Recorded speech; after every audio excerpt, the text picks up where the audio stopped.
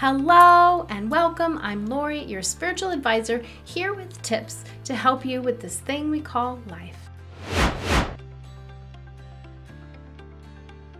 There are a lot of things that you have no control over. We could go into people, traffic, the world, and the world is exactly what the world is supposed to be. You don't have control over that. You can't change those things.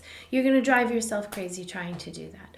There's one thing that you do have control over, and that's the attitude, right? It's our attitude. And it's our choice-making ability. So often people say to me, I don't have a choice. You always have a choice. Stop saying that. You might not like the choices. That's frequent. That's often. I deal with that too. I don't like the options. But you have a choice. You can do whatever you want to do. And the reason that I say this is because we have to take the power back into yourself.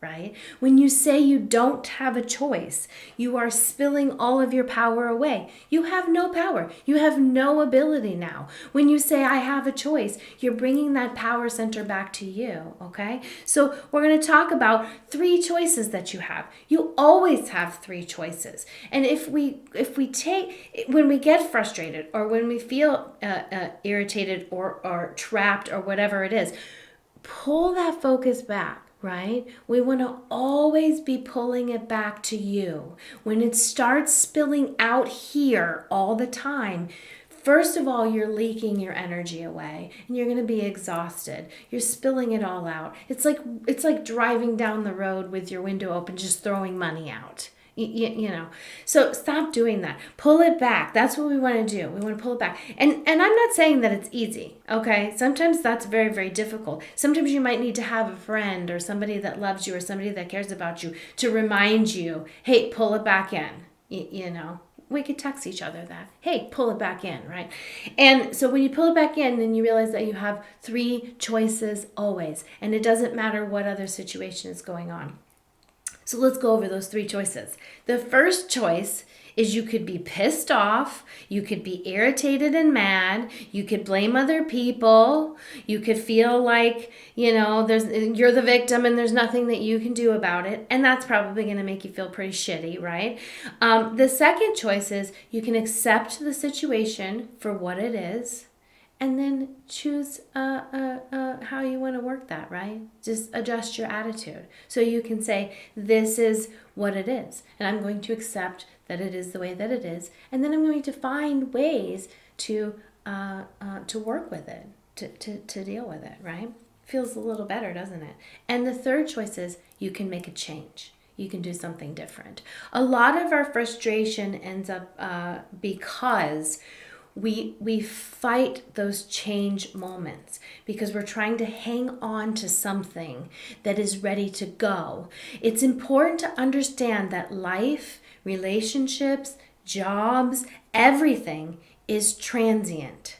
It is not meant to be there for the rest of time. It might be.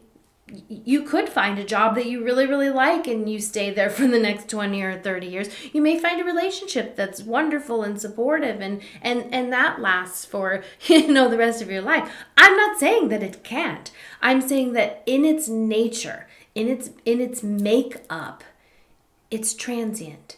It's meant to come and flow, just like the leaves fall from the tree. The tree is not upset when the leaves fall, and it's not in shock and awe when the leaves come back.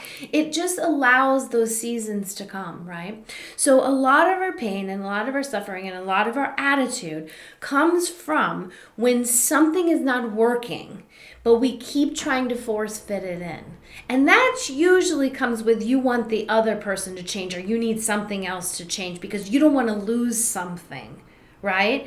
So we have to be willing sometimes to let something go. And it's better to let it go before you hate it. It's better to let it go before it has spoiled.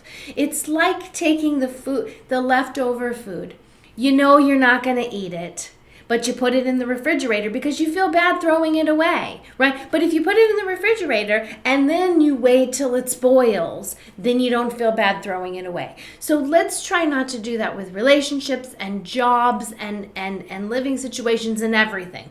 Let's not put it in the bottom of the refrigerator until it spoils so we feel better about throwing it away. Get that first twinge when it's telling you it's time to move, right? And then run it through those three choices. Do I want to just be irritated and pissed off and feel stuck and trapped and miserable?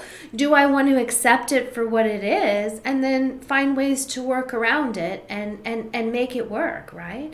Or do I want to leave the situation and bring in something new?